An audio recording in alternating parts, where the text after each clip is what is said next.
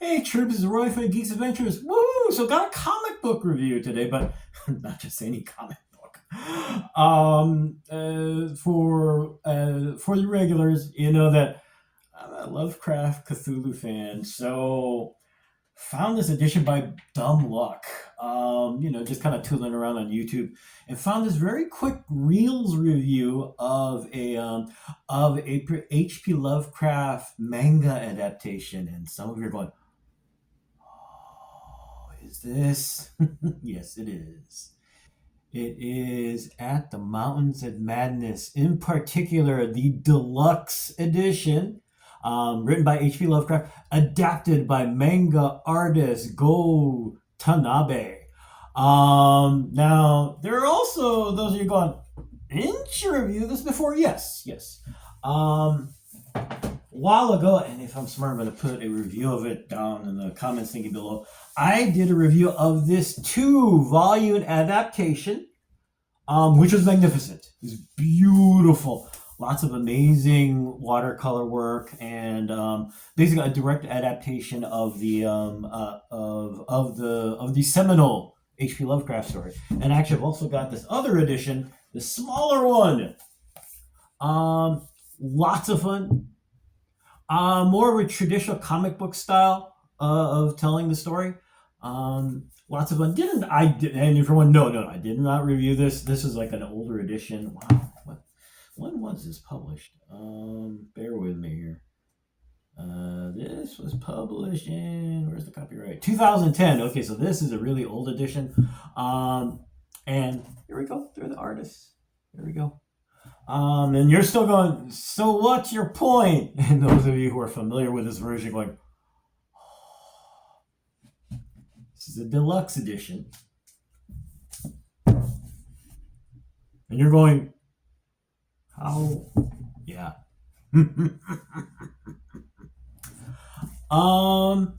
Tanabe-san is a well-known manga artist, and right now, at least from what I can tell, here stateside, one of the things he's got a huge reputation for is doing adaptations of H.P. Lovecraft's work. He's also done adaptations of The Color Out of Space, and another one of these seminal pieces of horror work by Lovecraft, Call of Cthulhu. And right now you're stuck on, okay. Bear with me. So we're going to take a quick tour here of the book. Now, like I said, this is this is the deluxe edition. So I guess when this was originally published, this came out in 2 volumes. So that's what, it's a beast.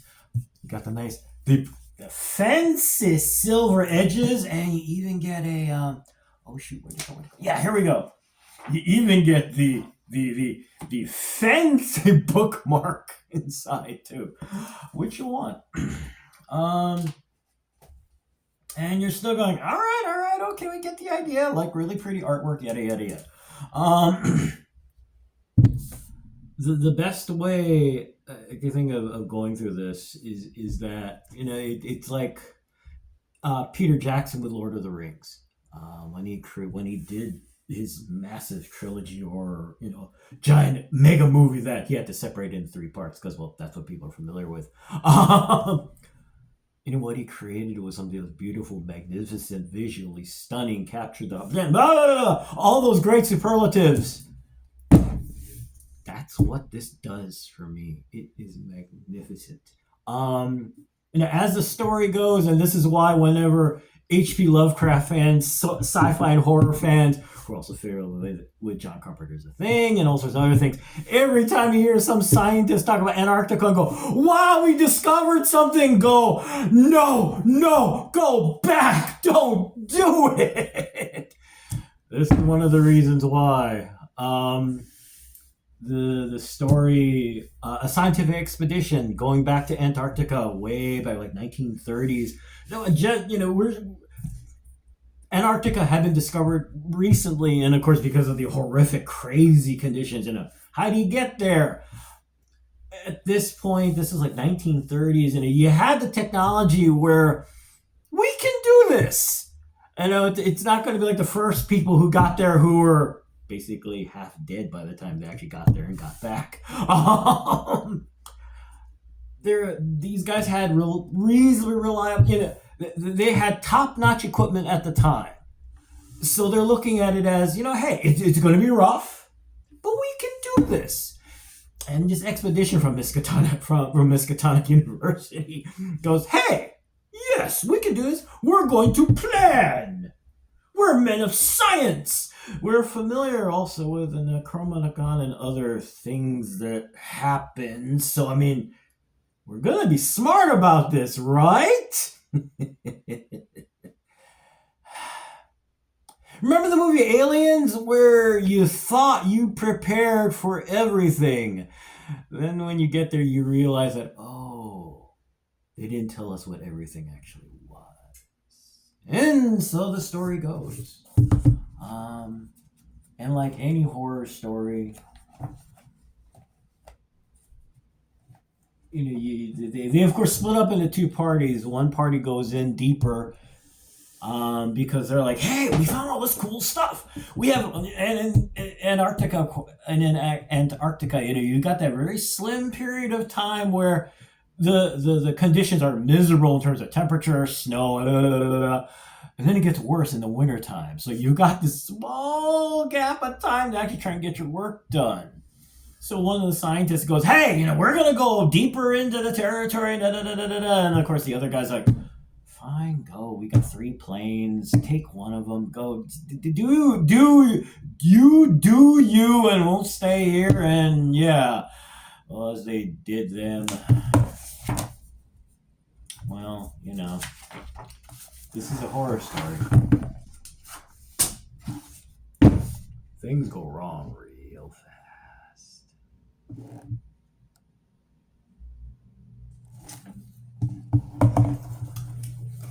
Tanabe-san's art is beautiful.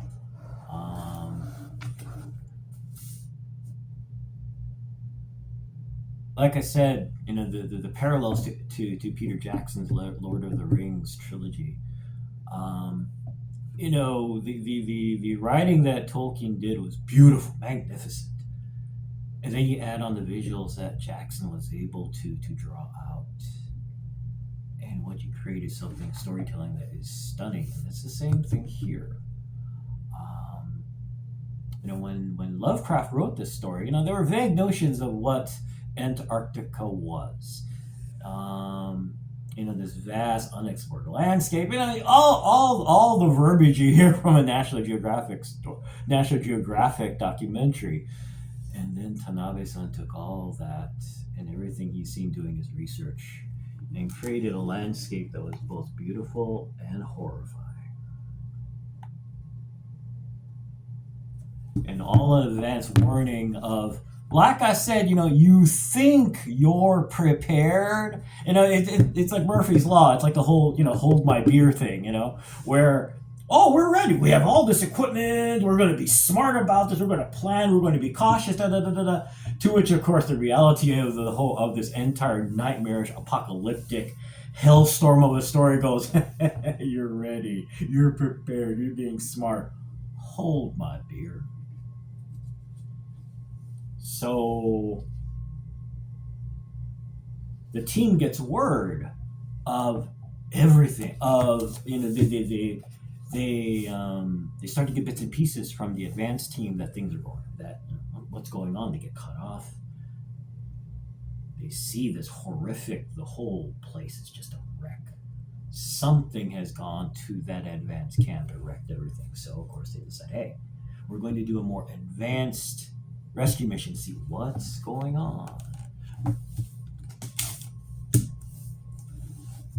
And as they go further and further to where that advanced team went,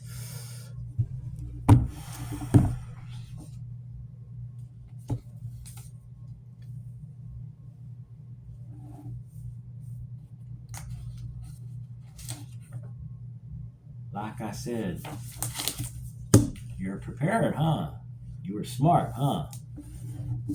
Hold my beer.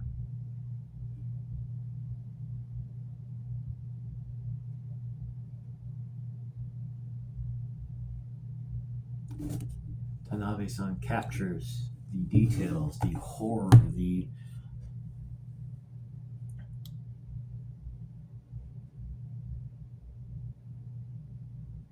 it's beautiful to see visually over the decades how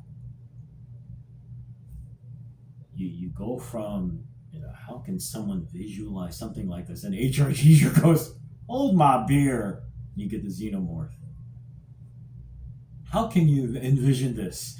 The effects team for Carpenter's The Thing goes, hold my beer.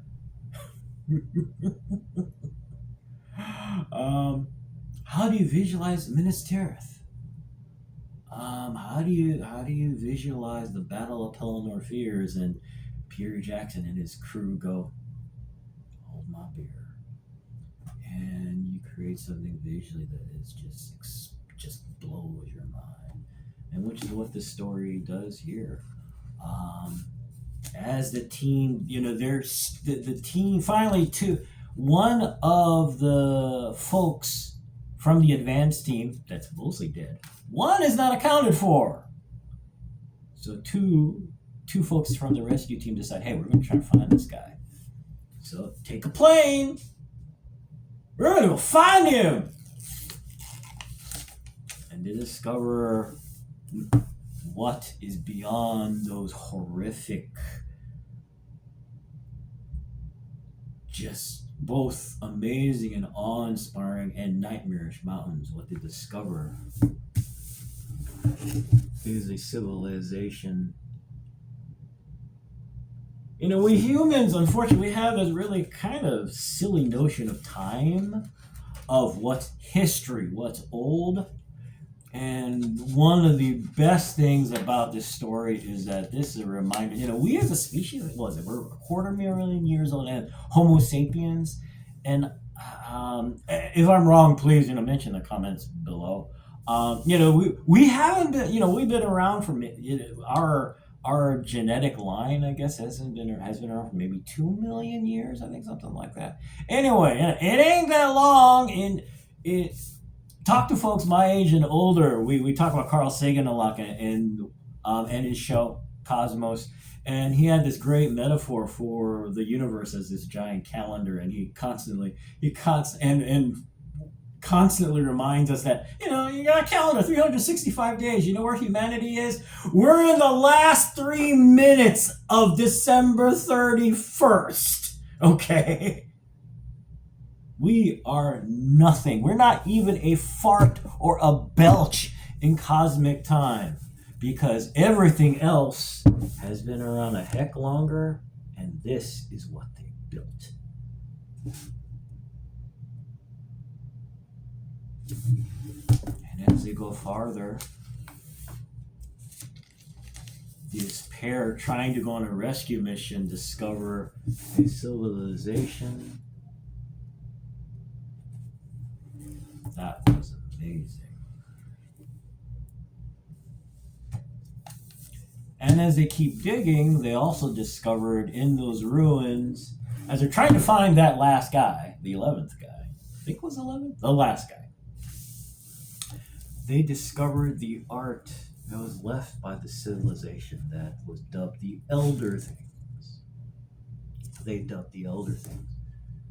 And they found this giant mural, which was basically like the history of the species. The species that came from space and created an aquatic culture.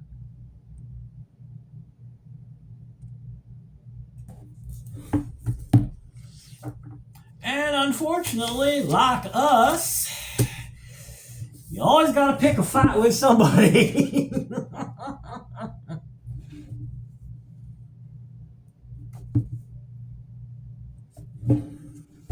So as they dig deeper through this gigantic mural, they learn about this species, about the fact that they went to war with this other species. The spawn of Cthulhu, part of a race of beings with the squid heads and the giant wings and all that kind of whatnot. They learn the pair of rescuers learned the history of the elder things over millennia, millions of years.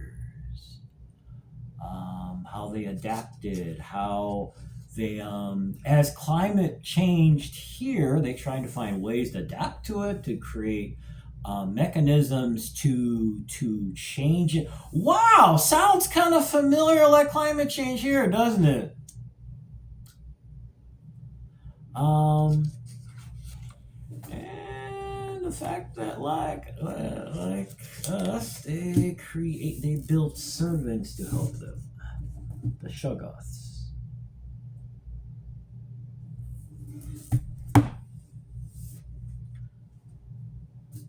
And as the story continues, what happened to all of these beings, and what happens as time changed over hundreds of thousands, if not millions of years. And of course, the ongoing question, so where's the guy? I don't want to give up too much. I've given up more than enough already. So yeah, I don't want to give up too much. It's no fun. So as they go deeper and deeper into the caverns trying to find this guy, and also the ongoing question, so what happened to them? They were incredibly intelligent. And actually the interesting thing too is that what our two rescuers discover as they're reading through all this stuff is that yes, they're definitely very different from us, but yet in the end the same. They weren't necessarily conquerors. They were like us. They were a bunch of beings that were building a civilization. They were a bunch of beings that ate stuff. There was nothing malicious necessarily. They were like us. They were trying to survive. They were trying to learn about things. We had a lot of life. We had a lot in common. So in the end, it wasn't so much that the other things were villains. The other things. It's funny because this whole story, it is become this. Yeah, I use the word seminal a lot, not just because I giggle because I'm juvenile, but because it is true. The H.P. Lovecraft's work, this whole thing has become the basis and influenced so many things. But in many ways, the story breaks down into obviously a horror story, but it also breaks down into a History Channel documentary because it's about this species that, it's horrific looking to us. You got the star-shaped heads, you got the giant wings, and you got this giant leathery body, the 5 feet, and all this stuff. But in the end, what they've built is just what we do as well. They do the same dumb things, enslaving another species they built to do their dirty work. Going to war because, oops, dumb stuff happens. But also creating art. Eventually realizing we got to stop fighting, guys. Time out, peace out. All of those things. And you're still going, though. But the missing dude, like I said, still got a lot left. And the other thing is, remember, this is a horror story. And remember, as much as you think you plan, as smart as you think you are, God, Allah, whatever deity you want to follow, or just the universe, quantum mechanics, and random evolution and change, has a bad habit of going, hold my beer. Because as much as they built those Shoggoths to be their servants, well, remember what Dr. Ian Malcolm says in Jurassic Park. Life finds a way. And for those of you who haven't read this story yet, one of the other things that fans tend to giggle about is, you start talking about, Antarctica, penguins, and they'll go, penguins. Remember, still got this big chunk left. So anyway, what's the final word? And you're going, how much is this thing? retail's $50. Good news. I don't know if they're still doing it now, but I got it for half price by Amazon, which is why which is the other reason I got this dang thing. Half price. So what is the final word? Yes, it's expensive. So that's gonna have to be a big fiscal choice on your end because this story, there are a bajillion adaptations to this thing. Okay, not just the two I showed you; they're all over the place. It's not. It's not like you've changed the story. Okay, you haven't changed the ending. Okay. But like Peter Jackson's take on Lord of the Rings, this is still nonetheless a stunning, beautiful piece of work. It gives you a different perspective, gives you something very unique to a unique point of view at looking at this massive story. If memory serves, they talk about how Lovecraft's known for just doing short stories. This is one of the few times where he did it's a novella. Okay, it's not necessarily a novel, like Stephen King's It. But it's a novella. It's a decent sized piece of work. So it was kind of unique amongst all the stories Lovecraft told. So to have it done in an edition like this is a lot of fun. I'm very glad I got it. It is a blast. It's anyway. I'm gonna go because it's a Sunday and I think I've taken a lot of time to do this. Oh my, yeah. I gotta go. Anyway, hey, y'all take care. May the force be with you. May the odds be in your favor, especially when you're trying to do something that you think, hey, we're prepared. What could possibly go wrong? Everything. Anyway, and most importantly, kidding aside, be good to each other. Okay, peace. Bye. Wow, this really went long.